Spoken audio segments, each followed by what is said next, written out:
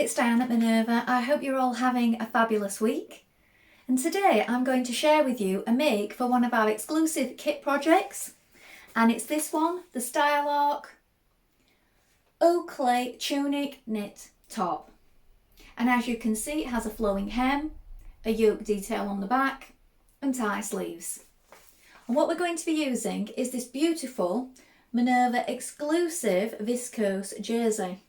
Just look at those colours, they're jewel-like, aren't they? It has a wonderful feel to it, and how it shimmers in the light, it almost looks like velvet. It's going to make a fabulous top. So everything you require will be included in the kit. So you'll have everything you need to get started, and that will be tagged below. So before we begin, we need to wash and prepare our fabric to save on any shrinkage later on. And then you're going to take your pattern and a tape measure and check your sizing. When you've done that, we're ready to begin cutting our pattern pieces. So let's go and do that together now. Here we have our pieces for our tunic. So here we have the top of the back bodice. So you're going to cut one piece in fabric on the fold. The fold line is here. Make a note of your markings. These are for the seam allowance, which is 1 centimetre. Here we have the front. Again, cut one piece in your main fabric on the fold line is here. Make a note of your notches. Next we have our side back panel. You're going to cut one main pair. This is your straight grain here. Make a note of your markings. Here we have the centre back panel. This time you're going to cut one piece and cut it on the fold. Here is your fold line. Again, note your markings. Here we have your sleeve tie. You're going to cut two. Note your markings. Your neckband, cut one, and the maximum stretch needs to be this way. Note these markings. And here we have your sleeves. Cut two sleeves. This is a straight grain, and make a note also of this buttonhole placement here. So now we're ready to begin making your tunic top. So your first job is to wind half of your thread onto your machine spool and check your machine needle. Now you will need to use one of your ballpoint needles from your kit, and I'm using the size 80 today on this fabric. Our first job is to join our shoulder seams today. When we do this, we're going to add a piece of the clear elastic, which is also contained in your pack. And this just stops it from sagging. So sometimes on stretch fabrics, if you have a shoulder seam here, it can start to stretch down a little. And this will help prevent that. So that's why we're adding that in. So that's our first job, and let's do that now together. So we have our shoulders pinned, and what I've done is I've cut two strips of the clear elastic tape, and I've pinned it, but my pins are on the opposite side, so the back side of it. So what you want to do is, I found it's best if you stitch it so that the tape is underneath. So you'll want your pins coming through from this side. So here is the tape, and we're going to stitch it on this side. I've just found that that's a better way of doing it. And it's a 1 centimetre seam. Now set your machine to a slight stretch stitch. So you might want to make your stitch a little smaller, as I've done.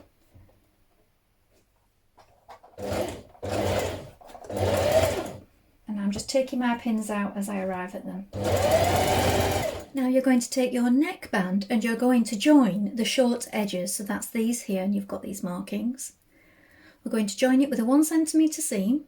Then we're going to turn it through, press it in half lengthways, and then sew a stay stitch along that long edge to keep those edges together. So let's join it first of all.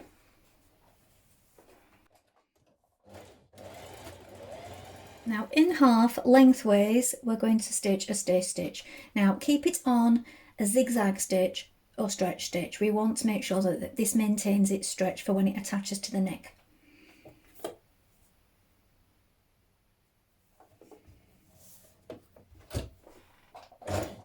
At this point, you're going to pin your neckband to your neckline. So you want to make sure that you've got your back seam lined up here with your central back point. I always notch them a little. You can mark them with chalk also, and the front point.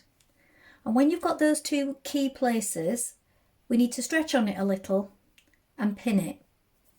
So we need to make sure that we stretch it before we pin it in place, just to make sure that we've allowed enough. So as you do each pin, I would stretch it again and just check, hold it in the correct place. Make sure that your seams on your shoulders are pointing towards your back, and continue in this way. Then we're going to stitch that in place. So I'm stitching it first of all on my machine, just so that it's held in place, and then I'm going to overlock it on once I've done this. I'm now just adding my Minerva makeup label at this centre back point. So I've just placed it beneath the band that we've just attached at the neck, and then when that lies flat, the label will be facing downwards. So now we're going to join our centre back skirt panel to our side back skirt panels. So if you lay it out first of all, it makes it easier. So here on the sides of your centre front panel, you have these 2 notches. And then on your side panels also you have your 2 notches, or you may have done it with chalk. So we're going to place it like this first of all, then right sides facing, pin this in place. Now that we can see clearly, we're going to stitch that with a 1 centimetre seam. Now we're going to pin our back upper bodice to our skirt pieces at the back. So you want to pin it all in place like this, and you'll notice that these notches here and here line up with that seam to the side back panel that you've just created. So make sure that that's all lined up, and we're going to stitch that in place now. Again, make sure that you have a stretch stitch on if you're not overlocking it. Now we're going to attach our sleeves. So first of all, you want to cut 2 squares of interfacing, and in the places marked on your pattern, so here is the marking for my buttonhole on each sleeve. On the wrong side, we're going to fuse that square directly behind that marking on both pieces before we begin.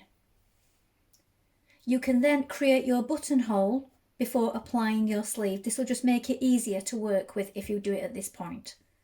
Now pin your sleeve into your armhole. Now you need to make sure that you match the shoulder notch here and make sure that your seam is facing towards the back, and also this notch here on your sleeve and on your bodice. When you've done that, stitch it in position. Now you're going to sew your front piece to your back piece. We're starting from the hem, pin all the way up, matching your notches here and here. At the underarm, when you reach it, you're going to back tack to reinforce this part and stitch all the way along the sleeve.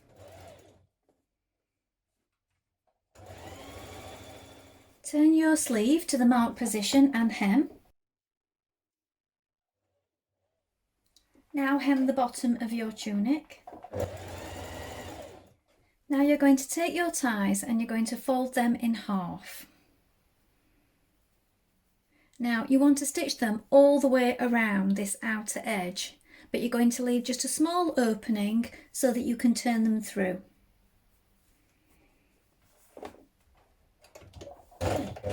Hand stitch close your opening on your tie, and then you can thread it through your buttonhole.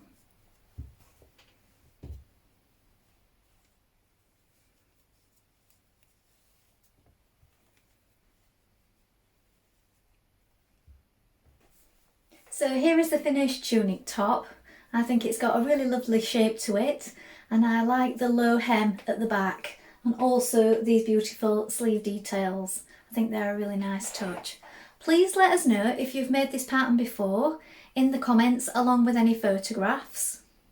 And remember, this is available as a kit, so you'll have everything you need to get started and you don't have to worry about anything, any notions that you need to order, because it will all be there in the pack for you. Thank you so much for watching today. I hope to be back with another sew along really soon. Bye for now.